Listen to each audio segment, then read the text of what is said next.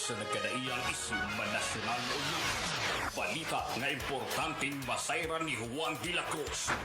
Prinsipyo, katungod o barkadang tintugan. Kini ang Atraka Balita 943. Atraka Balita 943. Programa ng tumong o tuyo, mao ang pagpahibalo sa katawhan. Atraka Balita 943. Serbisyo publikong wala ipinili. Atraka Balita 943. Atraka Balita 943. Sa inyong mga radyo, Lunes hangtod Biyernes, alas 6:30 hangtod alas 8 sa bunta diri lamang sa pinakapatas ng Sibiyahan, 94.3 Citylite FM. Atraka Balita 943. Ang Atraka Balita 943 gihatod kanato sa garantisadong proteksyon patok sa mga sakit ME500 ME500 ug ang mupagkana sa imong Atraka Muscle Man. Doble proteksyon, doble garantisado ME500 ug Muscle Man muhatod kanyo sa mga nagbagang balita sa Atraka Balita 943. Atraka Balita 943.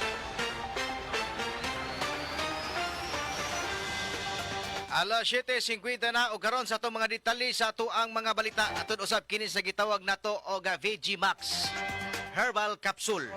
Mao kini ang pinaka-epektibo nga kapsula karon nga gitawag nato liquid na siya no. Dili powderized ang VG Max Herbal Capsule kay mousad kini ang gidosar ni Konsehal Ninin Busmion.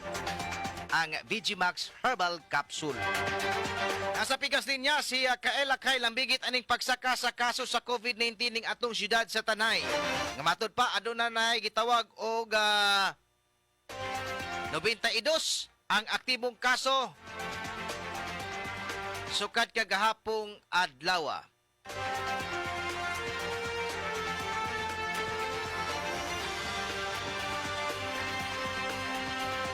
Nasa pikas niya si Kael Akay. Kael, mayo nga buntag. Tira!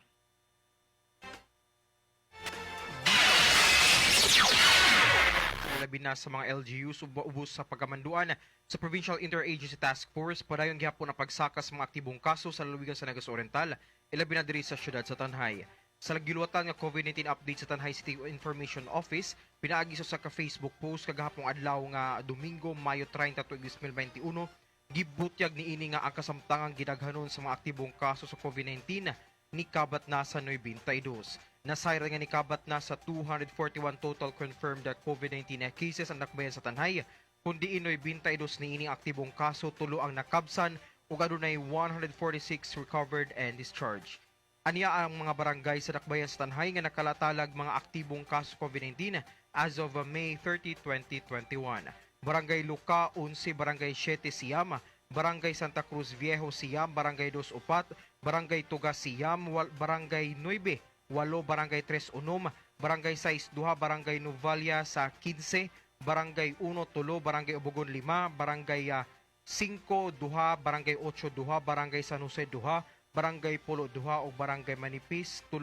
Ani usab ang mga barangay nga walay natalang kaso sa COVID-19 mao ang Barangay 4, Barangay Azagra, Barangay San Miguel, Barangay Santa Cruz Nuevo, Barangay San Isidro, Barangay Bahian, Barangay Paliw o Barangay Santo Niño. Dugang niini andunay panagtigom ang local IATF syudad sa Tanjay aron ihan ay maayo ang guidelines kun health protocols para maminusan ang pagsaka sa mga aktibong kaso sa COVID-19 sa maong syudad. Ang LGU Tanjay City ang nagpadayon gyapon sa paghatog mga panghimangno sa tanang Tanhayanon nga hugtanong mosunod sa mga local health protocols sama sa pagsutog face mask, pagbaton og pagbintiran og kalimpyo sa lawas, pag-obserbar sa physical distancing ug kun mahimo likayan ang pag-adto sa mga lugar nga adunay daghang tawo. Umukad to ang kwarto nga balita sulod sa 24 oras dili pa. May pagpaminaw sa Rodas Bitis Paon and Management Moro de Silva. Apil na usab diha sa 923 Avenue Aquatic Essentials nga nimutang sa Rizal Street, Barangay Ilaw, Tanjay City duol sa karaang ice plant. Sa MJ's Eatery nilang Sir Undo, Mambarbet Marimat, Ma'am A. Aguilar ug ni Ma'am Jovelyn, ni Ma'am Adel Fanio sa Barangay Tugas ug ni Ma'am Jenny Bukiran sa Barangay 5 Tanjay City, ni Ma'am Christy diha sa Totos Eatery sa may Tanjay City Public Market nga kanunay gyud nga nagpalanog sa Atraka Balita 943 sa ME 500. Garantisado nga proteksyon ug masuman ang garantisado mupakusog ug mupabarog sa Labubus of Trading nga nimutang sa Babini Street, Barangay 2 Tanjay City. Alang sa programang Atraka Balita 943 sa 94.3 Citylite FM Tanjay City ug sa 96.9 Light FM Manukan, Zamboanga del Norte. Serbisyo publikong walay pinili na diri sa gawas, kini yung Atraka correspondent kay Lakhay Mayng buntag kanatong tanan. Salamat na kay Lakay sa imuhang report. Laing nga lokal nga balita. Nagmalampuson ang mapagbakuna sa batok ka COVID-19. Ang mga senior citizen sa adlaw nga Huwebes nagsugod kini, Mayo 27 to 2021. Gipaygayon ang pagbakuna sa mga senior citizens na edad og 60 anyos pataas kini gikabutyag sa niaging adlaw ni Tanjay City NIP Coordinator Maan Bidal. Matod pa ni Bidal nga sa ilang giuna ang pagbabakuna sa mga frontliner o mga senior citizen ning syudad sa Tanjay, gani kun ang mga senior citizen ang wala naka-schedule sa maong pagbakuna ilalaki ning dawaton. Ani ang iyang pamahayag. Hindi naka-schedule pero amo ra jud silang gi-cater. And apoy mga frontliners katong mga undecided nga decided na sila, amo po silang gi-cater karon sir. Okay na ba tayo initial ani ma'am nga pila ka book ang mga senior citizen kana na lista gyud? Initial na to? Karon? Oo. Di pa namo makuan jud sir. Can I walk in? And I walk in, sayo na apoy mga deferred, so di pa mi kahatag sa exact na kuan gid niya pila ka book. Okay, so vaccine Kini ang Atraka Balita 943. Dugang pa ni Maan Bidal nga dako siya gakalipay sa mga senior citizen nga gikan sa Santa Cruz Viejo, Poblasyon 1 o kani nagpadayon pa ang ilang pagbabakuna. Ang misanong gyud sa ilang panawagan nga magpabakuna gyud ang mga katawon ilabi na kini mga senior citizen. Ani ang dugang pamahayag. Lipay jud dako kay ni response sila sa among panawag nila. Daghan silang niari karon. Okay, so pabakuna sila. pila ka adlaw ron ang senior citizen nga bakunahan diri ma'am? Actually, ano siya, May 27, 28, and 31. Then June 1 to June 4. Muna siya sa senior So citizen. mag-agad na gyud ta sa ato ang available nga vaccine. Kung mangutdan ni, ngayo na po sa province. Among giawhag ang katong mga senior citizen nga dili sila undecided pa sila magpabakuna. Nga magpabakuna gyud ta anyway, moagi man tag screening. So kung dili ka pwede, dili jud ka pwede. Pero base na lang pud pwede para sa kaayuhan sa tanan. Okay, so Kini ang Atraka Balita 943. Samtang si City Councilor Ninin Bosmion misaksi usab sa kaliukan sa pagbabakuna sa mga senior citizen. Matod pa ni Konsyal Bosmion nga mitungha gyud siya sa maong pagpahigayon og pagmamakuna sa mga senior citizen aron sa pagsuporta tungod kay siya ang Committee on Health sa sangguniang panlungsod. Ani ang pamayag ni Konsehal Ninin Bosmion. Okay, well, good morning, Ron. Good morning, mga Tanjay. Well, ni ako as chairman sa SP Chair sa Health, di ako para pagsuporta ng ato ang vaccine. Hindi ato vaccine para sa mga senior citizens. Well, actually, wala pa gani may magpa-inject kay ipauna na to ng ato kinahanglan dyan. So, with the support our mayor, among vice mayor, and the SP members, ako as chairman sa Health, niadyo ko para pag-support sa atong mga senior citizen nga gibakunahan karon. Kini ang Atraka Balita 943. Say usab ni Konsehal Bosmion nga iyang panglantaw kinahanglan gyud nga mabakunahan ang tanan tungod kay ang pag-usbong sa kaso sa COVID-19 sa probinsya ilabi na diri sa siyudad sa Tanjay. Dugang pa niya nga adunay 92 ang aktibong kaso sa COVID-19. Inungdan nga daghan yung mitaas dili lang kay sa siyudad sa Tanjay. Lakip na ang probinsya sa Negros Oriental. O kini ang nakikita niya nga wala pagsunod o wala pagtarong sa subay sa mga health protocols nga gilagda sa gobyerno. Ako lang sa my own opinion, kini lagi atong kuan nga dili nga luag na kayo, lax na ta kayo.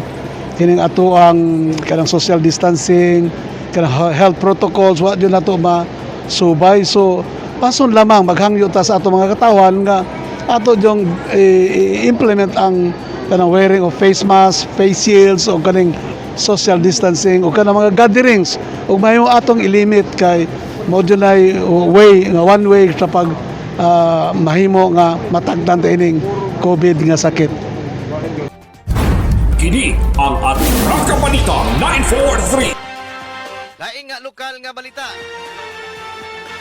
Tudling gyapon sa mong balita si Tanjay City Councilor Lito Manso ibot niya gadako sa kalipay nga daghang mibabakuna sa mga senior citizen ning syudad sa Tanjay. Matod pa ni Konsyal Manso nga miduaw gyud sila ning duha ni Konsyal Bosmion ang chairman sa Panglawas aron pagpakita og suporta. Sa isip niya nga ang pagbakuna hapsay kini tungod kay ang iyahang nakita o naobserbahan niya aduna gani nagsuot og face shield apan nasunod gyapon ang social distancing, pagsulod face mask atol sa pagbigayon o pagpamakuna ani ang pamahayag ni Konsyal Lito Manso. Di ataron sa export unsay mo nga panglantaw daghan na nga mga senior citizen ang napabakunahan. Mayong buntag dahil ni mo kaubang Ron. Actually, ni amiron diri ni duaw sa mga katawan nato sa Tanjay. Malipayon ni dako nga ni ay ubay-ubay nga mga senior citizen nga nagpabakuna karon. So panahon naman kay schedule man kini ron by barangay man clustering man So niya kami miduaw kami diri karon kabayan sa baksin. So amo sang kauban ako ang atong chairman sa health diri si Busmion, isip konsyal, chairman sa Pisan Order, niya nagpakabana usab kami karon. Okay, so Kini ang Atraka Balita 943. Matod usab ni Konsyala Manso bisan adunay mga hugong-hugong istorya nga dili magpabakuna batok COVID-19 pero sa iyang nakita ang mga senior citizen ng syudad sa Tanjay nagpabakuna og interesado kini. Dugang pa niya nga ang pagbabakuna sa COVID-19 ang para ginis kaayuhan sa tanan kung mahimo ang mga katawhan sa syudad sa Tanjay magpabakuna niini sa gitawag og COVID-19 na vaccine. Ani ang iyang dugang pamahayag. Magoy mga hugong-hugong giingon sa mga katawan nga namahadlok sila. Pero para nako kayuhan kini natong tanan. Ako i-encourage you people from Tanjay nga kinahanglan ta magbabakuna ta labi na sa espesyally sa atong mga senior citizen. Kaya advisable jud nato ni nga magpabakuna ta. So ayaw magtuan ang mingon ta nga mahadlok ta. Kaya ako gani mismo mo voluntaryo ko magpabakuna pud ko. Pero wala pa may schedule na mo. So niya ra kami karon diri. okay. Kini ang Atraka Balita 943. Laing nga lokal nga balita gibot niya sa niyang hapon ni Attorney Jose Aldo Munoz. Nga nakita niya ang kadaghanon sa mga senior citizen kisa nagpabakuna batok COVID-19. Bisan pa doon na pa'y mga katawhan nga wala pa maabot ang ilang kategorya sa pagbakuna apan sa nag-una na kinig balibad niini. Matod pa ni Attorney Munoz sa iyang panglantaw sa mga senior citizen nga mitungha gyud sa ilang adlaw diin bakunahan. Dugang pa niya nga dugang pa ni Munoz nga kini mo ay pinaka-suportado nga populasyon tungod kay adunay bakuna nga miabot sa ang katawhan ilabi na sa mga senior citizen misanong gyud sila sa Kuan kayo, muni gitawag og very supportive population and very cooperative.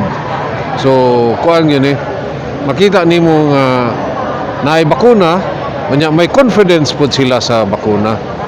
Kung mapabakuna ni ato mga senior citizens, ngano dili man mapabakuna o niya ang sunod nga kategory nga klaro man kaayo nga may kumpiyansa ang mga senior citizens. So muragalanta ko walay problema ni Tanjay. Kabahin na ng bakuna-bakuna. Kanang percentage nga jutay ra ang Tanjay I think will cooperate. Will go against the trend ang trend ron wala man kaayong pabakuna pero murag diri murag daghan din eh. Kini ang Atraka Balita 943. Sa usab ni Munoz nga kaniadto ang nahimugso sa ang bakuna batok COVID-19 halos tanan nahadlok sa pagbakuna tungod kay nahitabo kaniadto sa Dingvax siya apan kon karon nakita niya nga adunay pagsalig na ang mga katawhan sa pagpabakuna ni gani ang mga senior citizen nagsiging-siging nga sa magpabakuna ani ang iyang pamahayag. Oo, we have to.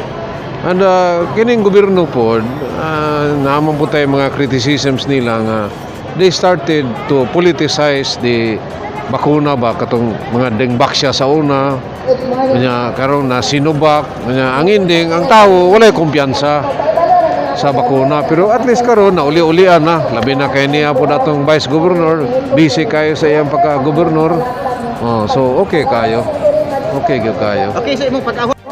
please walay mawala ninyo og pabakuna mo although naay percentage nga ma-COVID ra gyapon ka kay mo nay pero the thing is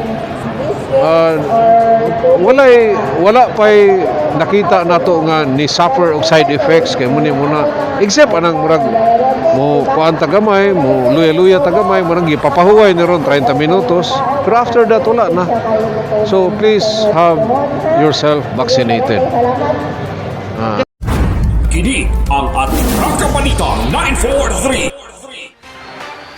Si Attorney Jose Aldo Munoz, eksklusibong nahinabi sa Atraka Balita News Team.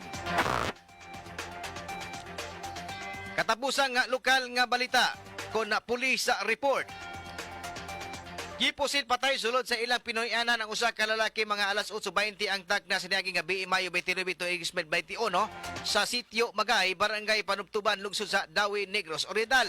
Ang biktima gilas kapulisan nga si Joffrey na Ilorti Pisan, 31 anyos, ulitaw nagpuyok kini sa maong lugar nga nisgutan nato sa unahan. Matod pa sa reports kapulisan sa lungsod sa Dawin, pinagiusab ni pulis sa Captain Louis Batuto nga nakadawat sila tawag sa gikan sa telepono gikan usab sa nagpakabana nga adunay nahitabong pagpamusil sa mao nga dapit. Daling miadtos ang mga tinugyanan sa balawd apan naabtan nila nga biktima nga wala na kinagimok sulod sa wanan sa ilang panimalay. Sa presyonang taho nga adunay gituho ang duha ka mga armadong suspitsado. Kinsa mipusil sa biktima sa kadagang higayon nga may resulta sa ilang kamatayon. Nasayran nga ang biktima gikan kini sa gawas sa bag-ong nakagawa sa bilangguan Baguhay lang. Ang kapulisan nagpadayon pa sa ilang tukwang investigasyon aron maila o masikop ang posibleng responsable sa maong krimen. This portion is brought to you by